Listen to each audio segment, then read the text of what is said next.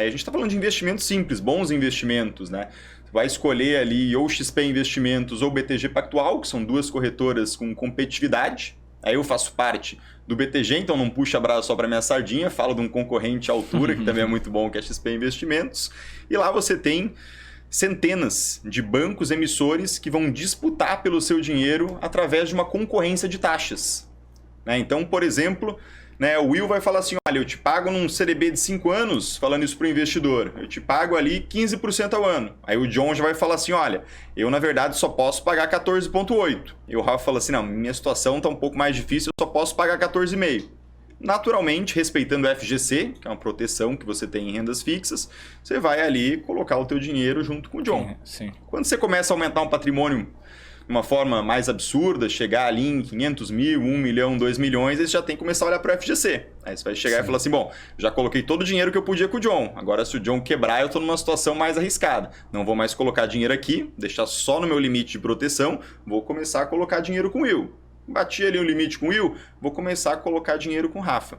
Para depois você começar a olhar para Tesouro Direto, que é um ativo seguro, mais seguro até que os CDBs, mas para investidores menores, e menores eu digo aquele investidor até 1 milhão, 2 milhões, você ainda tem mecanismos de proteção que você pode tirar proveito para ter uma rentabilidade maior e conseguir, né, inclusive dobrar o teu patrimônio a cada mais ou menos 5 ou 6 anos. A renda fixa hoje ela tem essa capacidade. E a gente pensa assim, bom, 5 ou 6 anos para dobrar parece bastante tempo, né? Porra. Mas pensa que você vai continuar ali aportando todos os meses. Então, se você tem 100 mil reais hoje, vamos supor que você não faz mais nenhum aporte. Daqui a 5 ou 6 anos, você tem ali 200 mil. Daqui a mais 5 ou 6 anos, 400 mil. Daqui a mais 5 ou 6 anos, 800 mil. Então, passou ali 20 a 24 anos, você está com 1 milhão e 600 já. Sim, e um exemplo que eu acho legal de trazer é que se o cara for investir em imóveis físicos, por exemplo, para ele recuperar o dinheiro que ele aplicou, né, para dobrar o patrimônio no caso, só com o aluguel que ele receberia de volta, ele demoraria entre 20 e 40 anos para receber de volta. Então, pô, em 5 anos você está fazendo a mesma coisa, com um investimento mais simples, com menos grana e com provavelmente mais segurança, né? Exatamente, muito mais tranquilidade. Inclusive, venho da engenharia civil, a gente estava conversando mais cedo até a respeito disso. Eu sempre gostei de fazer muita conta com imóveis. Tem muitos clientes que constroem, né? Parte da minha família constrói também para vender. E eu recentemente comecei a procurar imóvel para comprar através de financiamento. Depois posso dar até mais detalhes do porquê o financiamento é mais interessante na compra de um imóvel, mesmo que você tenha o dinheiro para pagar à vista. Inclusive, tem vários clientes que teriam o dinheiro para comprar o imóvel à vista e optaram por comprar esse imóvel via financiamento, dando uma entrada e utilizando dos CDBs que a gente acabou de comentar para travar essa operação numa taxa maior e ficar com a diferença do que você vai pagar de juros para o banco, conseguindo inclusive pegar um juros maior via CDBs. Então você fica ali com essa diferença. E o imóvel ele tem uma característica que a gente pensa assim, bom, o imóvel ele sempre valoriza. Primeiro dos pontos, nem sempre. Se a gente pega, né, imóveis, principalmente no Rio de Janeiro, né, foi onde ficou mais famoso esse tipo de situação. Um destaque para Macaé, que existia uma expectativa que foi frustrada de muito investimento por parte da Petrobras, diversos imóveis desvalorizaram. Se construiu muito imóvel de alto padrão, 1 milhão, 1 milhão e meio, 2 milhões, imaginando que muitos diretores da Petrobras iriam se mudar para aquela região. Não se mudaram e os preços ficaram ali andando de lado e até caindo durante 10 anos. Nossa. Tem muito cliente que está cheio de patrimônio imobilizado. Minha base do Rio de Janeiro é grande. Hoje as minhas maiores bases é em Minas Gerais e Rio de Janeiro. E falou assim, Rafa, foi o pior negócio da minha vida. Porque simplesmente não andou. Mas é porque teve uma grande expectativa em cima de uma situação do governo, né? Exato, não só Uma do governo, mas né, a gente Sim. poderia pensar isso para iniciativa privada também, né? Você constrói casas de baixo padrão e aí você sabe que baixo padrão fica feio, né? Mas você constrói casa ali de 200, 150, 300 mil. Padrão ali, ok, Minha Casa Minha Vida, ou Casa Verde e Amarela, como está sendo chamado o projeto atualmente. Você resolve fazer uma construção de 10 unidades porque você sabe que vai vir uma fábrica da Ambev para lá. Perfeito. E que muitas pessoas vão precisar se mudar perto daquela fábrica, é um preço acessível, existem políticas governamentais que facilitam esse tipo de aquisição. Se tudo der errado, você ainda pode alugar esse imóvel.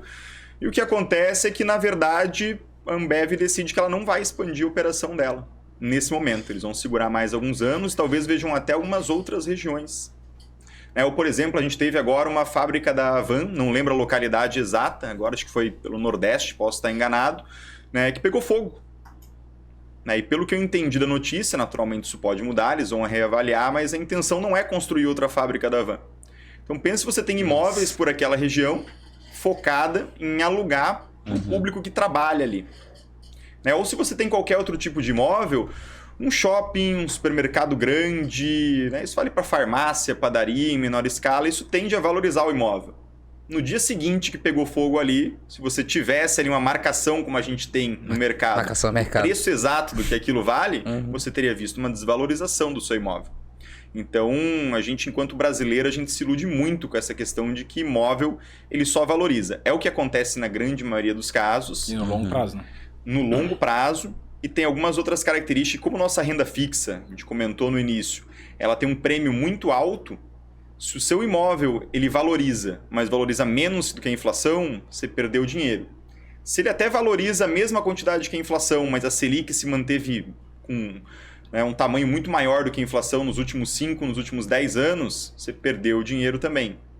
Inclusive, quando eu tomei essa decisão de comprar um imóvel, eu comecei a montar diversas planilhas para fazer conta de em quais cenários eu sairia perdendo nesse tipo de situação. Virou um objeto de estudo e foram várias horas. Inclusive, minha namorada chegou a olhar mais de 400 imóveis, absurdo, ela gosta mais de ver essas coisas, né? Ela me mandou ali em torno de uns 50 e a gente foi visitar uns 4. Foi feita proposta, ali um delas está praticamente encaminhado. Né? E nessa situação, eu percebi que, independente do quanto o negócio fosse bem ajustado, se o imóvel não valorizasse pelo menos a inflação, eu sairia perdendo dinheiro. Esse era um dos pontos.